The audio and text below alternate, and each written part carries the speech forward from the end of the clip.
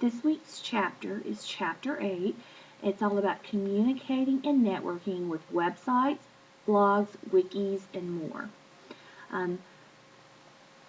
This week we had 10 vocabulary words to define, and I think for me, learning the difference between asynchronous communication and synchronous communication was important to learn the difference in those two terms. I am able to communicate both ways with students and parents and have found both of these types of communications to just be essential to my classroom at this time. We had, I believe it was 4 summaries to write answering questions. And the first one talked about using communication technologies as teaching and learning tools. I already use a website where I post all of my students' assignments. I post their work for the week. I post special assignments that they have and projects that they have. I can also upload any information that parents might need. I usually send out a hard copy first, but then I upload the document that maybe has their directions for a book report or some kind of other special project. And parents can, and students as well, can access that from home if they ever need to do that. So there's no more, ooh, I couldn't find my sheet, or I forgot this and I wasn't sure what you wanted, because they're able to access that from home. And fortunately, most of my parents and students either have internet access at home, or parents have internet access from work, so that they're able to get that information as they need it. Instant messaging and email. Email is a wonderful way to communicate with parents. I like the fact that there's always a record kept of that. I communicate with parents every day through email. It can be something as simple as, oh, little Johnny is riding the bus today, or it can be something of more significance, but it helps me. It gives me a fast way to communicate with parents.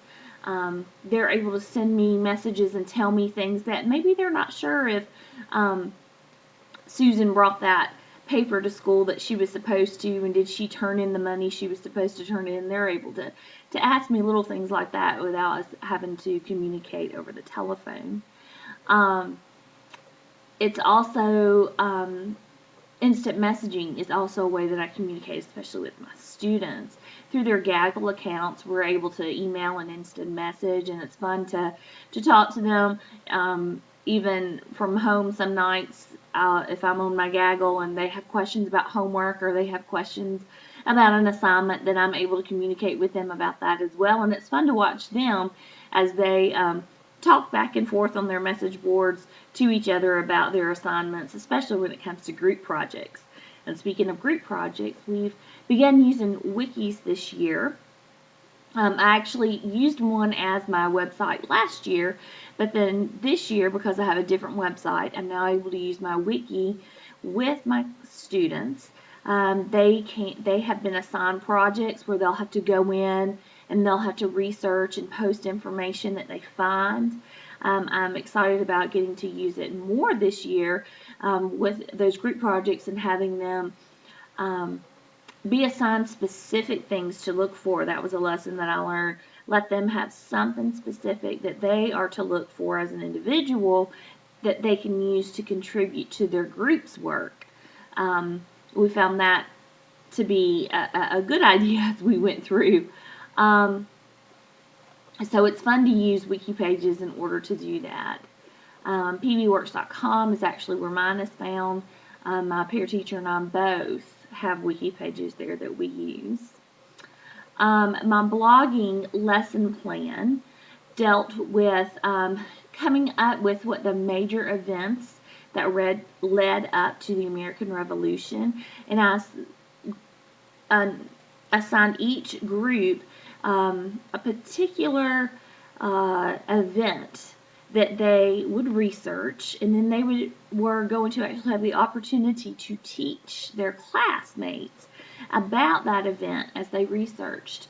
I tried to make it simple and sticking with looking at the who, what, when, where, why, how, made it a simple questions, but again, as with the Wiki project, would do the same thing with the blogging project, where specific students had specific questions that they were to answer. And then they would bring it together as a group in order to type everything out and make sure that they used correct grammar and correct spelling, and that all incorporates with their writing skills. And this way they are able to use technology, use writing, use history, and incorporate it all together. One of the things that I found actually was a video or a podcast entitled Liberty, the American Revolution, and that was a good play. It was on PBS,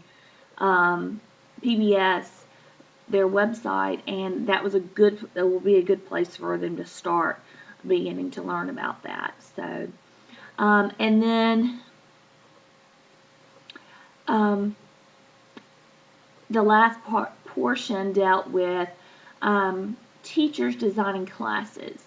I think they should design classes so that they can spend less time lecturing and more time having activities for students to do, implementing all of those different technologies that we have now, using technology in any way that we can in order to enhance student learning. My classes spend a lot of time in the computer lab so that they have greater access to computers, going and researching, looking up information, and finding out what they themselves can find out so that they can take a greater ownership of their learning.